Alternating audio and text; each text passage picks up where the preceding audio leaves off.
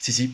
Il y avait penalty. Là, il y avait penalty. Là. Et là, il se fait clairement découper. Mais c'est clair par Gélin. Mais là s'il doit être en panique, c'est clair. Salut à tous, footeuses et footeux de bonne famille. C'est Thomas. Fin du match entre Lyon et Rennes pour cette rencontre de clôture de la 25e journée, riche en enseignements. C'est clair, on va le voir tout au long de ces vidéos. 2-0, un but de Wabi Kazri à la 5e minute contre un but de James Lasiliki en toute fin de match qui achève clairement les Lyonnais qui perdent de gros, qui se retrouvent à 5 points du deuxième de Monaco et à 4 points de Marseille, les Rennais qui montent à la 8e place avec 34 points, donc voilà, au contact un peu de cette 5-6e place qui est l'objectif annoncé dans la presse locale aujourd'hui, de jouer l'Europe. Bah ouais, c'est comme ça, ce que tout le monde peut le faire, Montpellier peut le faire, Nantes peut le faire, c'est relativement faible. Bordeaux revient, donc bon, on va revenir un peu sur les objectifs rennais. Le sondage de hier sur Kylian Mbappé, pour vous en 9, ça donne quoi? 57% d'entre vous dites qu'il est meilleur sur l'aile et 11% disent qu'il ne sert à rien en neuf. Donc évidemment, dans ce jeu de possession de balle à la tiki-taka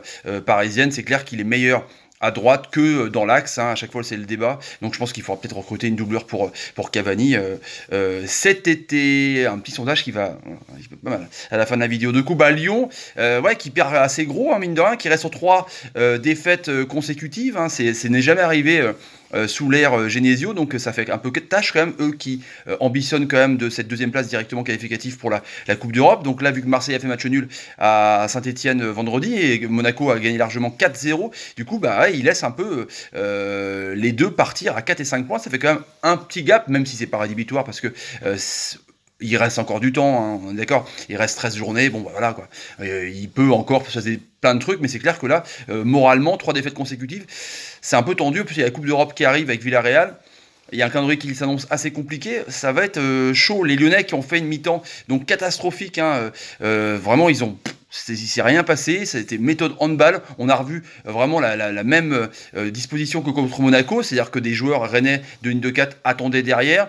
Avec cette équipe que j'aime pas à chaque fois à Lyon, c'est Touzard, Ndombele et Fekir dans le milieu à 3. Mais Fekir, quand il est pas plus haut, du coup, ça manque de créateurs d'espace. Et du coup, il est obligé de redescendre vachement bas, récupérer les ballons avec la défense centrale Marcelo.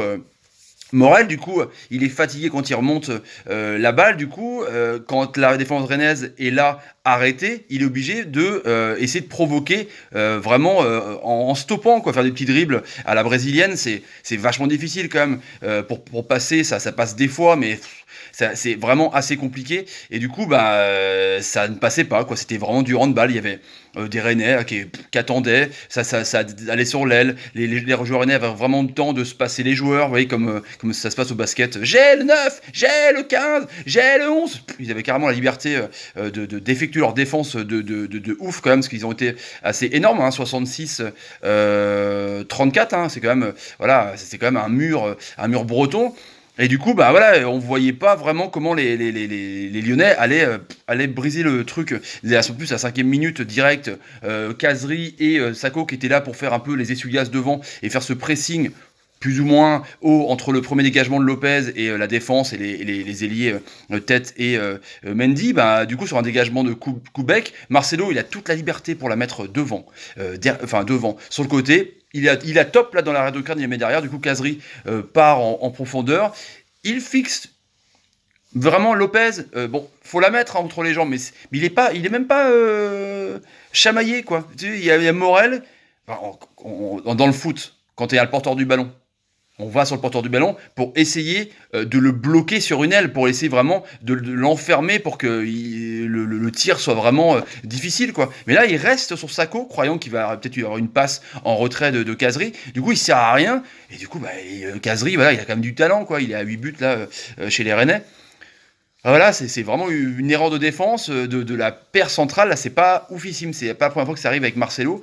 Et du coup, voilà, donc première mi-temps, il s'est rien passé. À mon avis, les Rennais auraient pu concrétiser pas mal d'action, je pense à Bourigeaud qui a fait un centre à terre, mais pas assez peut-être opportun pour les attaquants Sarr et Sako. Sarr justement sur son aile a essayé de provoquer, mais bon c'était un peu... Il laissait le ballon, quoi. Ils essayaient, mais bon, sans plus, quoi. Donc, première mi-temps à 1-0. Après, on a dit, coup de collier, à mon avis, à mi-temps, Genesio a dit, bon, les gars, c'est bon, sans déconner, quoi. On fait des efforts. On va pas non plus continuer à perdre comme ça du terrain. Alors, on y va. Donc, il fait sortir des mecs. Il fait rentrer Aouar, du coup, le milieu de terrain est un peu mieux avec Aouar et Ndombele. Du coup, Fekir joue beaucoup plus haut et il fait sortir le fantôme Diaz qui, normalement, à chaque fois qu'ils se débat que j'ai avec Mbappé, qui est meilleur dans un jeu de contre ou de jeu direct, et du coup Diaz a le profil un peu de, entre guillemets, vite fait de Cavani, et du coup, vu qu'il est costaud, il peut aiguiller dos au but et faire des relais, faire des faux appels, mettre en danger la défense. Vous voyez, dans un jeu de possession, c'est ça en fait un attaquant quand même qui est assez costaud. Fantôme, il était là. Fantôme de ouf, du coup il est sorti, on a mis Bertrand Traoré en pointe, et du coup voilà, un coup c'est Cornet, un coup c'est Traoré, ça pourra apporter un peu plus de vitesse. L'ami Depay est rentré, ouais, il a essayé de provoquer encore sur son aile, il croit toujours qu'il va encore essayer de faire un coup comme contre PSG avec cette magnifique reprise, frappe enroulée. Ça a été mieux parce que du coup, le sale boulot était fait par Aouar, qui est vraiment très bon, du coup, qui arrivait à percer les lignes et à la donner directement dans la vitesse à Fekir qui pouvait provoquer du coup en action.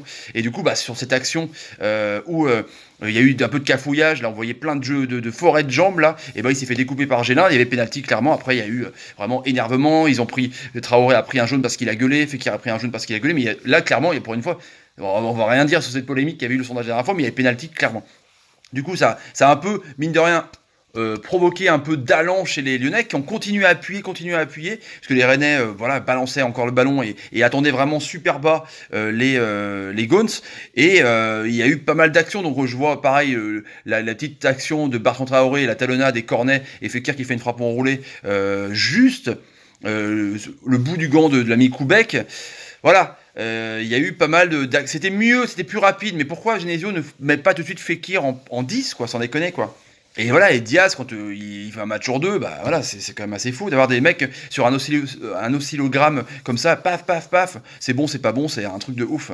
Voilà, donc Lyon qui perd des points, c'est clair. En tout cas, avec le calendrier qui arrive, il faudra se remotiver parce que c'est un peu compliqué. Rennes, qui avait perdu, qui est resté quand même sur des défaites aussi contre Guingamp, contre Dijon, qui gagne à l'extérieur 2-0, parce que le but de James Selassie à la fin, Lyon a jeté tout dans la bataille, puis sur une récupération encore de Casery, 2 au but, qui la remet à Sarr qui remet à James Lasegui qui tire et après qui a tout le champ libre pour la reprendre. On l'attaque pas non plus, quoi. Un peu comme le premier but, quoi. C'est la défense, Marcelo Morel, elle dort, quoi. Donc 2-0, c'était plié. Et du coup, les gens se cassaient du stade. Déjà que les tribunes étaient un peu vides, voilà, par rapport au fumigène qu'il y a eu. Du coup, c'était pas oufissime comme ambiance. Et Rennes, du coup, qui se reprend après cette défaite contre Guingamp. Et c'est pas ouf, ils ont mis le bus, mais bon, ils ont montré qu'ils pouvaient réagir après une série de défaites contre un gros. Ils s'étaient gagné contre Montpellier, ils étaient gagné contre Marseille. C'est pas mal, du coup, dans leur championnat de la 6, 7, 8 pour pourquoi pas espérer une Coupe d'Europe. C'est pas mal. Il y a du mieux, en tout cas, pour les hommes de la Mouchi. Voilà, en tout cas, pour le petit débrief du soir. Et du coup, le sondage, il arrive clairement.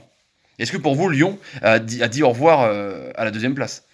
Petit player blanc, est-ce que Lyon a dit au revoir à la deuxième place? N'hésitez pas, je pense qu'il va y avoir beaucoup de votes. Et je vous réponds demain dans le grand écrassage, l'émission en direct où on va débriefer la J25 cette journée sur YouTube, sur la chaîne Thomas Pleurfoot à 5h. Donc soyez nombreux, je fais réagir le chat et tout ça. Allez, à demain, ciao les amis, salut, abonnez-vous à la chaîne, mettez des pouces, vous savez très bien, et partagez la vidéo, c'est cool. Ciao, salut, double casquette. Ciao, salut. Olas, il doit être fou. Il doit être fou, Olas.